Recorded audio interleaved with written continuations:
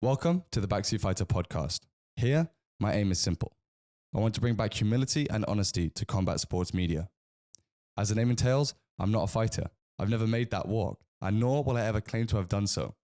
I will, however, do my best to provide honest assessments of both events and fighters. But my aim for this platform is to humanize these incredible fighters from all over the planet and contribute to healthy and respectful discussions that help grow combat sports. Thank you for watching.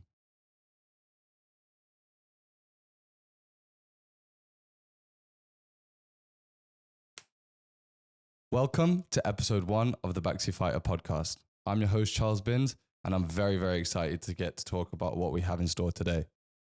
Now, we've got UFC 308 just around the corner, 2 days away. It's on Saturday. I'm recording this on Thursday. So we're going to go through the entire main card about all the fighters. I've got my notes here, ready to talk about what I think is going to happen in these fights. And then we're going to have a bit of more of a deeper discussion about appreciating fighters afterwards. All right, so let's get into the main event here. We've got obviously Ilia El Matador Topuria versus Max Holloway. And I think this probably is one of the biggest fights in the last couple of years. I think this is a huge, huge fight. Great work by the UFC here to put this fight together.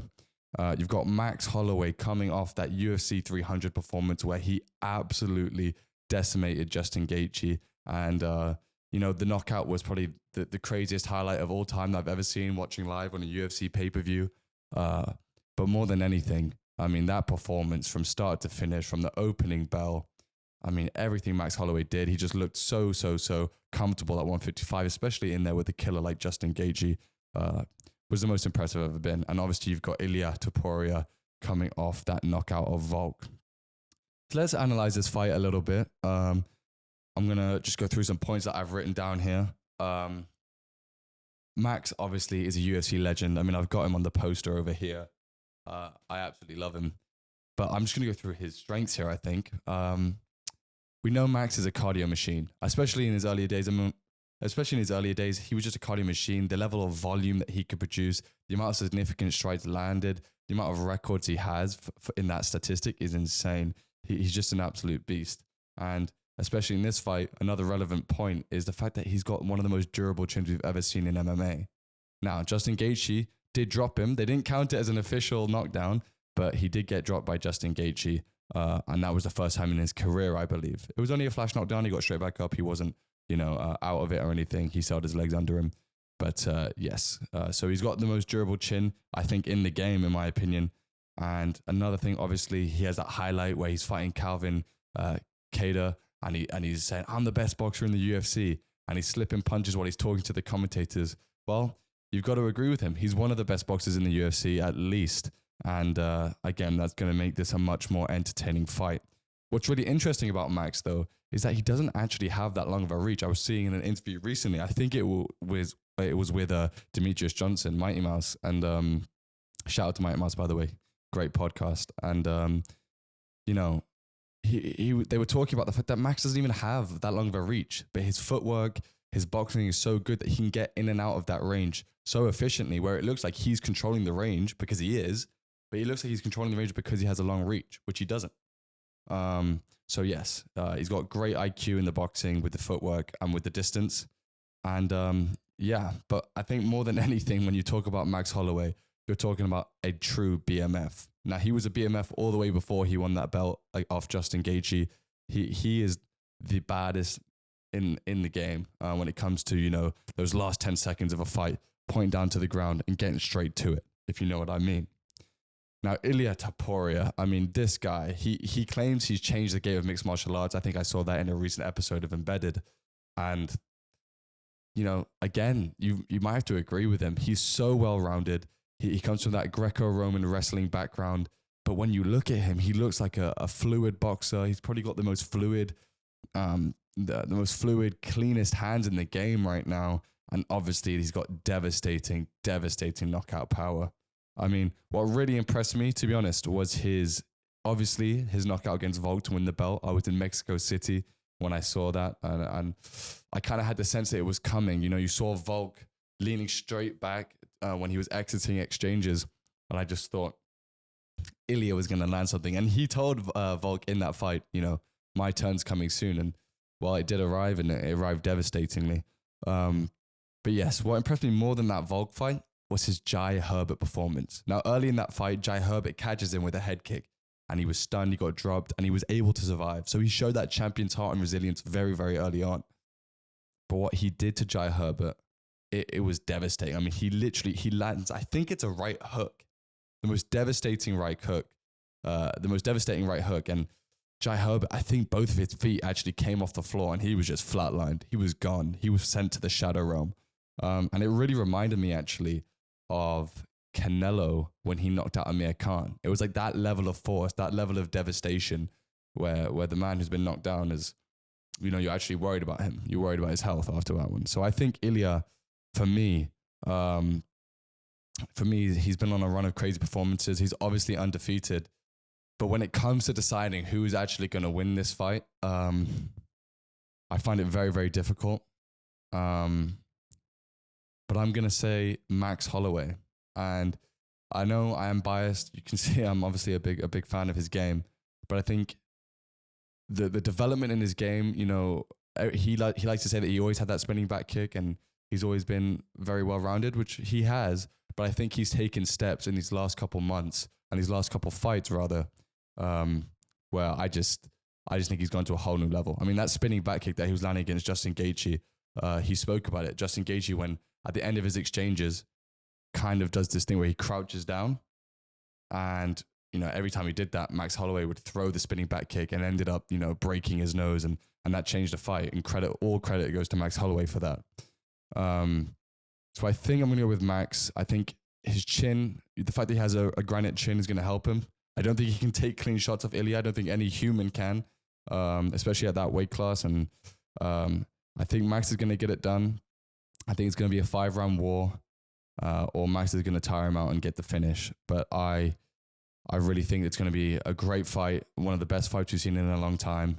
And I think, Ilia definitely has a chance to win this fight. I mean, let's not discredit Ilia. I think Ilia could even, hurt Max. But I'm going to ride with Max Holloway on this one. Now, going to the co-main event, I mean, this is a banger. I mean, this could have been a main event on its own. And I think that's why they probably put it on as a 5-round non-title fight co-main event. I want to start off with Whittaker. I think he deserves to go first in this analysis. I mean, he is just an absolute veteran, a legend of the game. He was middleweight champion all the way back against when he had those wars with Joel Romero, and he's just always been in high quality, high octane, high impact, important fights. So he needs that respect. I think my level of respect for him was always there. But I think it even reached a new level when in his most recent fight, when he was supposed to fight Chimaev the first time, Ikram comes in, everyone has this hype about Ikram, he might be a harder fight than Chimaev. And obviously, he goes in there, says, I'm going to fight him anyway. I don't care. Just give me someone. I've already done all this work. I've made the trip over here. It's time to get, that paycheck, time to get that performance bonus, which I'm sure he got as well. And if he didn't, that's a travesty.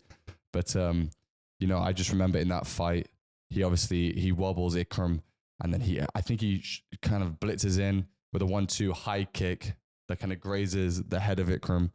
And then, he keeps the pressure on and just lands the most devastating left uppercut that I've seen in a long time. And, I think it was just a great performance by Robert Whittaker there. And it showed that, he's just a fighter at heart. And he also revealed that, he had so many problems before that fight, I believe, with his teeth. He had some teeth problem. He had to get emergency surgery to remove some teeth. So yeah, he went through and still came out with a dub. And yeah, I think he's still developing his offensive arsenal at this point in his career, which is a huge compliment to him because he's already so established. But yeah, for me, that knockout just showed a new viciousness and kind of a viciousness and an aggressiveness with the hands. That left uppercut is something that, it's just brutal. But let's move on to Hamza. Hamza Chimaev has had a rough go of it recently. I think we can all see that. He's had, the poor weight cuts. I remember when he was supposed to fight Nate Diaz, right? And he had that poor weight cut. The doctor stopped him. The commission stopped him. And he was then fighting Kevin Holland. And, obviously he won that fight and he did great, but, that was kind of a sign of things to come. He obviously was booked to fight Whittaker a couple months ago and ended up getting violently sick, as Dana White put it, and, couldn't compete. I also know there was some things going on he says there were some personal issues going on during the whole thing, that he had to move country with his whole family. And that obviously I think there was some controversies going on with some sort of scam. But I don't really want to talk about that because I don't know enough information to go in on that. But I think, his name's been cleared, and I think he's, really focused on fighting again. He looks like he's back to his best. He's smiling around fight week as we've seen so far. He seems really chilled out and relaxed and just excited to get in there. And obviously, as always, very confident of his abilities. I mean, Khamzat Chimaev is just the most ruthless wrestler. He just goes for you. He's hungry. He doesn't stop. And his top game, his ability to close the distance, to stay onto you, to roll, and just to roll the punches, in terms of he's able to just to get you and stay on top of you. And the ground and pound is vicious. I mean, he is not a guy who's just going to sit on you to get control time. He's trying to finish the fight every single second from round one. And that does pose some problems to him sometimes, as we've seen. I mean, in that Kamaru Usman fight recently, he did kind of gas out in that third round. You saw Kamaru Usman, even though he was coming off, I think, 9 days notice or something like that, was starting to build in the fight. If that fight goes 5 rounds, who knows what happens, right? And even against Gilbert Burns, I mean, I know he won that fight, but he did look tired. He did look vulnerable. He was getting hit with big shots by Gilbert Burns. I remember those 3 overhand rights in a row from Gilbert. But I do think, that obviously the start of the fight does favor Chimaev. I think that's that's not a new piece of analysis. I think most people would agree with that. But I think if it goes into the later rounds and Whittaker can kind of hold off that storm, that aggressive finishing attitude of Chimaev, I think Whittaker could get it done. But my official prediction for this fight, I'm going to have to go with Chimaev by finish. I think he's going to be able to finish Whittaker. I don't know, actually. I might go back in that one. You know what? No, I'm not going to be hyperbolic. I'm not going to do anything. I honestly don't know which way this is going to go. I think it's such a great fight. I'm going to say a little bit of a fence sit here. I'm going to say Chimaev in the early rounds, but I think Whittaker could get it done in rounds 4 and 5 if he kind of can survive that early Chimaev storm that we're accustomed to seeing. But I do think probably most people are going to pick Khamzat in that fight just because of his style and the way he matches up and just the wrestling. Right, now I'm going to move on to another fight on the main card, which is Lerone Murphy versus Dan Ige. Now, maybe some of you guys watching don't know who Lerone Murphy is, but he's a bad man. He's an Englishman. I think he's 12th ranked lightweight in the world. Don't quote me on that. I believe so. But he's an undefeated prospect, undefeated ranked fighter out of England, and he's a bad man, especially on the feet. Now, his first 4 fights of his UFC career, I do believe, were in Abu Dhabi. So him fighting this weekend at UFC 308 in Abu Dhabi might be an advantage. He's probably comfortable with the environment there.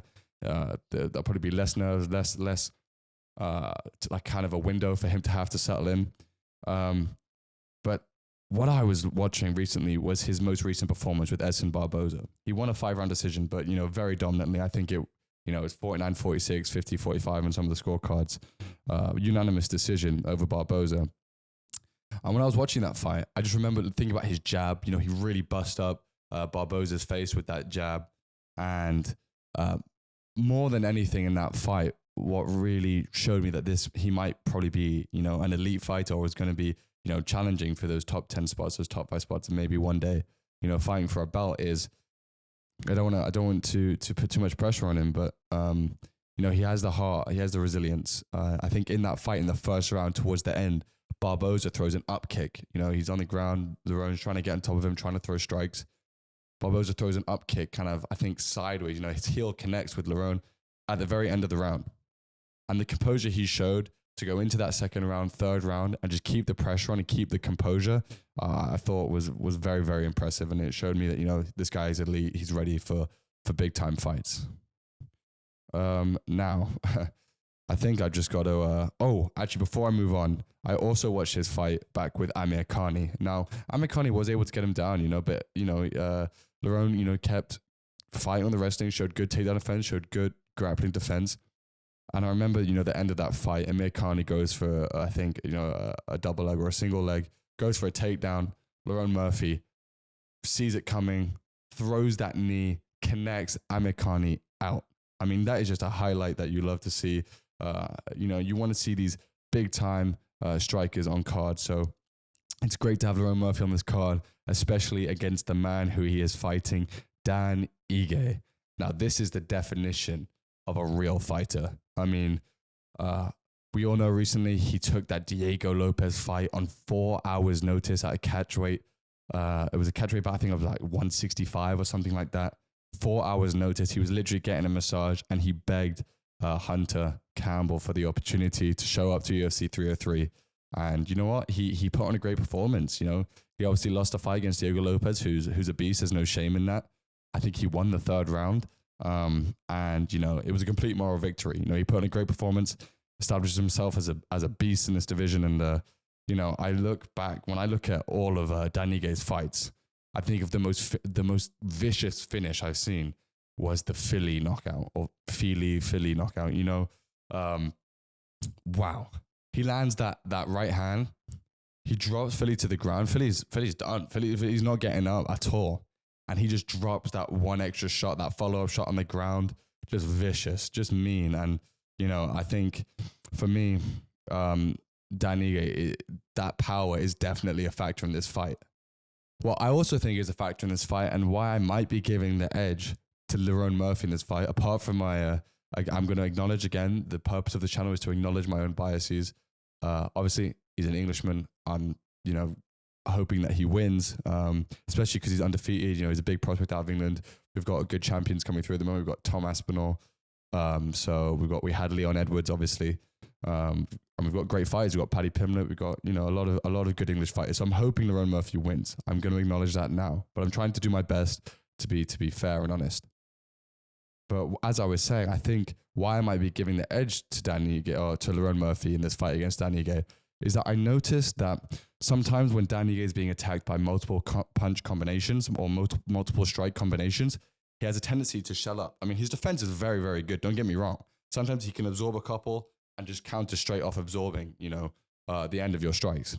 So he's got great defense. Don't get me wrong. But sometimes if you throw multiple strikes at him, he backs up in a straight line and just kind of shells up. Now, I think this leaves an opportunity for Lerone to probably try and throw multiple strike combinations at him and then go to the body. So I think in this fight, I'm looking for Lerone Murphy to go to the body and keep that undefeated record. So my pick is going to be Lerone Murphy. I think it's going to be a decision win by Lerone Murphy. All right, and the last fight on the card that I'm going to be talking about is Armen Petrosyan. I'm sorry if I'm butchering the name. Armen Petrosyan. Let me see. Yes, Armen Petrosyan, right? Yes, Armen Petrosyan versus Shara Bullet Magomedov. I mean, let's start with Petrosyan. I mean, I think he got into the UFC based on a KO he did in the Contender Series. Great KO. I mean, that was an electric fight, and I think Dana White at the time was very, very impressed with his performance there. So I think that's, he's definitely got KO power. He's definitely good on the feet. But he is coming off a submission loss. Now, I don't think that Shara Bullet is going to be, coming there shooting takedowns and threatening submissions. But that's why I also think this is going to be a great fight to open up the main card. Like Shara Bullet, and I'm going to move on to Shara Bullet straight away. I mean, he's a much more polished striker, much more electrifying striker. But I did notice that in his, I think he fought Bruno Silva, if I'm not incorrect. Let me just search this up really quick. Who did he fight? Bruno Silva, right? Yes. So I watched his fight back with Bruno Silva, and I just noticed he was getting hit a lot, and I just think, Shara Bullet, he is an electrifying striker. He's great on his feet. He's very imaginative on the feet. He's something that, he kind of brings back that old school, kind of imagination and creativity on the feet and that entertainment factor back to the UFC for sure. He's going to be, I think he's a great fighter. He's obviously undefeated. So he's, I'm not saying anywhere near that he's bummed, but I do think he can get hit. Now, I'm definitely picking Shara Bullet in this fight. I think that, you know, he's got that viciousness, that KO power, that finishing ability. And, you know, in that Tricoli fight, I remember in that Tricoli fight I watched recently of Shara Bullet as well. Just want to make sure I'm saying that name as well. I think it's Tricoli that I watched again. Yes, Antonio Tricoli. I watched that fight and it was just a systematic breakdown when I watched that fight. You know, the leg kicks. I mean, he's got a great leg kick, that calf kick that he throws. And just a systematic breakdown of him being light on his feet and ending up getting the finish. So I'm going to take Shara Bullet in that fight for sure. So I guess my official picks, let's just go through them. I think I'm going to have to go Max, Whittaker, Chimaev. I don't really know. I kind of backed out of that one. I'm going to go Lerone Murphy and then Shara Bullet Magomedov. But I want to just check that I haven't missed anything on the card. Oh my Lord. My bad. I have missed Ankalaev versus Rakic. Now, this is a banger of a fight just in terms of, you know, these guys are high-ranked light heavyweights. You know, we've got Rakic coming off that Yuri Prochazka loss. I mean, that was a banger of a fight. You know, he definitely, it was competitive until it wasn't, until Yuri kind of finished him, but with that warrior spirit, you know, because it was kind of just a shootout at one point. But a very, very good performance by Rakic in terms of he came off a 2-year break, I think, at that point of some injuries. So to come in against Yuri was a big ask. So he should have been proud of himself for that performance. But I think, you know, now he's looking to bounce back and show that he's developed some of those skills necessary to really compete at the top of this division and to hopefully get himself into the title shot picture. Magomed Ankalaev is someone who's been under a lot of controversy just in terms of, you know, actually on his side. I think the UFC has been in controversy because of Magomed Ankalaev. You know, this is a man who he's beaten everyone put in front of him. He got a title shot against Jan Blachowicz and obviously it went to a draw. And I think since then, because it wasn't the most entertaining fight, the UFC had kind of had an agenda against him. And, you know, he probably was the rightful contender at light heavyweight. But Khalil got the call instead. And listen, over this podcast, over the coming episodes and months of this podcast, you guys are going to know that I'm a big Khalil fan, so I wasn't too upset about it. But I do understand why Magomed might have been upset, and as well as his fans and maybe, you know, people who really believe in the meritocracy of the sport. You know, if it was me saying it, I believe that Khalil had put enough into this game to deserve a title shot as well. So it's not taking anything away from Khalil. But yes, Magomed Ankalaev definitely deserves a title shot. I think in this fight, I see him as a favorite. I think he's good on the feet. He's got knockout power. And obviously he's got wrestling pedigree. You know, he can take this fight to the ground. And I think he has just more options in this fight to get the finish. Now, I think he definitely does need a finish. I think the UFC are kind of putting pressure on him to start getting some finishes, having some entertaining fights, because he doesn't want to be picking up this label, especially from the UFC and the matchmakers, that he's a boring fighter. So I think he's got to really be going for a finish in this fight. And yeah, I think the only thing he probably needs to address is those calf kicks. You know, he struggled with people throwing those calf kicks consistently. So if I'm Alexander Rakic, I'm throwing those calf kicks from the very first bell. And I'm trying to disguise them with other attacks, but that's going to be my main weapon just to slow him down. And obviously he's shown that he's susceptible to those things. So let's see if Rakic has developed his arsenal, and let's see if Magomed Ankalaev has improved his defense of some certain attacks like the calf kick. But in that fight, I am going to take Magomed Ankalaev. Now, I want to go back, and now we're going to get into our discussion, our main discussion of the episode.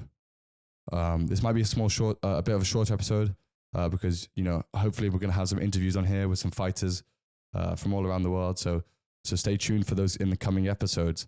But we're always going to have a deeper point, a conversation, a question to talk about so that we're contributing to the healthy growth of combat sports media. So the topic of this discussion is about appreciating fighters by humanizing them. And I think a great example of that on this card is Khamzat Chimaev. I kind of touched on it before. But, he's gone through a really, really tough time just with the illnesses.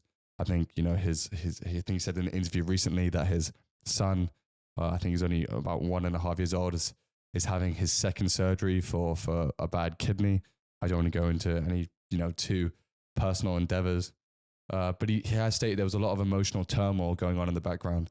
And you definitely forget sometimes that these fighters are humans, that they've got their own lives outside of fighting. And then they've got, the added pressures of all of us watching. They've got, the UFC. They've got, responsibilities of taking care of their families. But more than anything, they've got to do, 8 to 12 week training camps, twice a day sessions, sometimes three a day sessions. Saying that right? Yeah. And, they got to do all the recovery, to eat well, to diet, to cut weight, and then eventually get into a cage half naked and fight another man or woman, So I think that, these fighters need some more respect in that sense. But when I think about talking about appreciating fighters whilst they're here and what we can do as an MMA community, as journalists, as fans, as just admirers of the sport and viewers, is really start to appreciate what these fighters are doing. And I'm going to take the example of my favorite fighter, Israel Adesanya. Israel Adesanya is, for me, he was the cornerstone. He was the main pillar, the foundations of the UFC.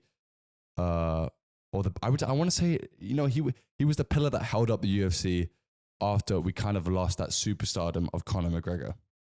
And what I mean by that is, he became the biggest star in the sport. And people are very, very quick to forget. Obviously he's had these huge fights with Alex Pereira. In that first fight in MSG in New York City, he did lose, but he was winning the entire fight. People wrote him straight off. People wrote him off straight after that. He comes back, delivers one of the most crazy knockouts of all time. I was screaming. I'll have to admit, I was screaming. And I think what we're really, really seeing with the way the MMA community is developing, and I just think social media in general, is everything's going way faster. So we're getting more stuff faster, we're getting more interested faster, but we're also forgetting and getting disinterested faster. So, obviously, Izzy wins the belt back. Fight Swan Strickland was obviously compromised by injuries, but he made the walk, fair enough, to Strickland. And then obviously comes back against Dricus du Plessis. And I don't think he had a bad performance. I think, honestly, it was just a lapse of concentration, that 1 millisecond that cost him that fight. I thought he was doing well. I thought the fight was pretty even. But let me get to the crux of what I'm saying. I think this sport, in terms of its community, can be quite unforgiving in terms of its media as well, about the legacy of these fighters. And Izzy was special, man. I mean, he is one of the best middleweights of all time. He's first or second, whichever way you split it. And he personifies greatness. And if we talk about a champion fulfilling their duties, I mean, how many title fights did he have in a row? Wasn't it like 11 or 12? How many defenses does he have? He's a 2-time middleweight champion in this era. He's the only man who's ever been able to stand with Alex Pereira. And I think sometimes the disrespect gets, not even just necessarily the explicit disrespect. I think the silent disrespect of just, not putting his name on that level is crazy. And I think, I really, really like the way Izzy has handled himself over the years.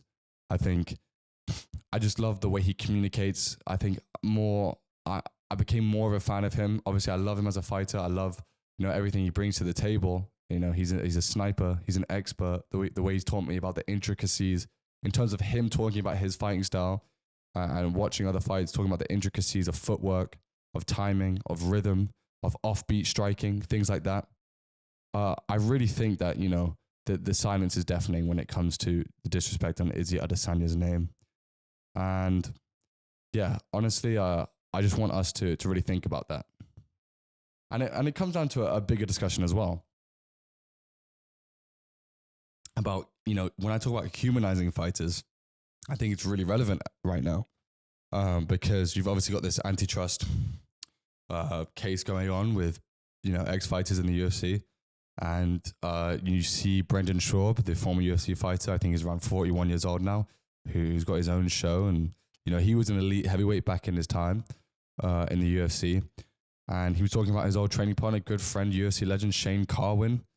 And, you know, Shane Carwin came out and said he's experiencing symptoms of CTE that are obstructing him from doing his work as an engineer. And like, you see Brendan Schaub get super emotional about that. And I don't know, I love the sport. You know, I love the vicious knockouts. I love there is inherent violence, but I obviously love the art of the sport. And, you know, that's what makes the sport the best in the world, is that, you know, there are real high stakes consequences. You can be knocked out. You can be really, really, really hurt in that cage. And that's why it's, you know, more exhilarating than any other sports league in the world. The UFC is where, you know, you're going to find the most entertainment. But you have to think, especially for some of these fighters, you know, the damage they're taking is serious. And, you know, when you have a champion like Adesanya, who's, you know, Adesanya is a fighter that, you know, he made a lot of money. He's probably one of the highest paid UFC fighters of all time, and deservedly so, right? He didn't need to be in these championship fight after championship fight, fighting 3-4 times a year. He didn't need to be, you know, risking his health. Not only, you know, he had some injuries. I think he had some knee problems. He definitely talked about going to get some stem cells, but that brain health, that's something that you can never recover. You're not going to get any stem cells that I don't believe, at least unless modern medicine has found a solution that's gonna solve CTE, because you can't diagnose it until, you know, very late on. I don't think you can actually officially diagnose it until after death, until a, you know, a post-mortem analysis. So when I talk about appreciating fighters, I talk about appreciating their mindset, what they do, how much time they dedicate to the sport, and what the actual sport, what the consequences of the sport can be. And MMA is a very young sport, you know, like boxing. We've always seen the brain damage that's kind of inherent to boxing as a sport. You know, we've seen the effects. We've seen people come out and not be the same. You know, I actually think of, for some reason, I'm thinking of Joe Frazier. I mean, I remember seeing, rest in peace, legend, but I remember seeing, you know, those in some documentaries, you know, when Joe Frazier's an older man, that he, you know, the speech is slurred. You can't do the things that you used to do. And I think now in MMA, we're starting to see those legends of the kind of older generation, you know, the nostalgic generation, or the generation that gives us that feeling of nostalgia. They're starting to complain about the effects of CTE and brain damage. So I think, you know, more than ever, we've got to be very, very appreciative of these fighters, of like Khamzat Chimaev, who's come through a lot, of Whittaker, of Max, who's just a beast, you know, who represents fighting. And I think humanizing them, knowing that they're just normal people outside the cage, is a real great way to even appreciate more and enjoy the sport even that much more. And when I say they're normal people, don't get me wrong, I think fighters are the most special athletes on the planet.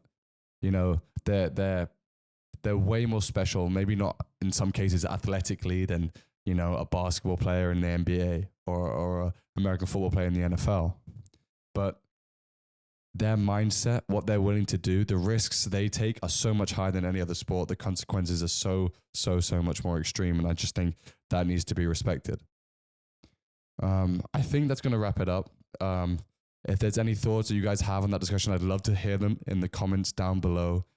This is going to be a bit of a shorter episode today, just because it is the first one. And, you know, I'm here to try and bring those balanced perspectives, try and really contribute to all of us enjoying the sport more, appreciating these fighters more. And no matter whether they're the champions or, you know, they're opening on the early prelims, I think all of these fighters are just spectacular, unique, and deserve their stories not only heard, which we'll do through interviews, but spoken about and valued. And that's what I really want this podcast to do. And obviously I love getting caught up as well in kind of the fan aspect of it, you know, with picking the fights. And, you know, I'm very, very excited for this weekend. I hope everybody has a great time and finds time to watch it.